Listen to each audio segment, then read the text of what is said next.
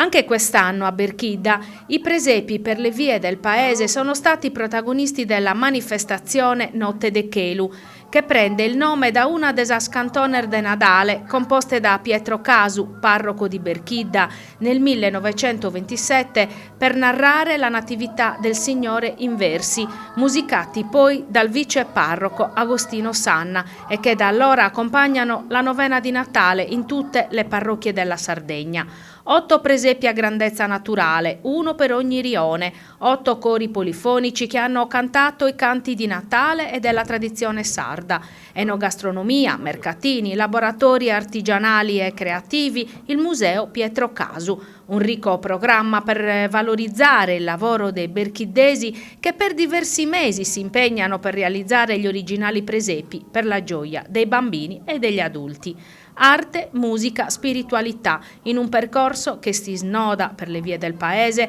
animate dalle proposte dei prodotti tradizionali e dalla degustazione dei vini delle cantine berchiddesi.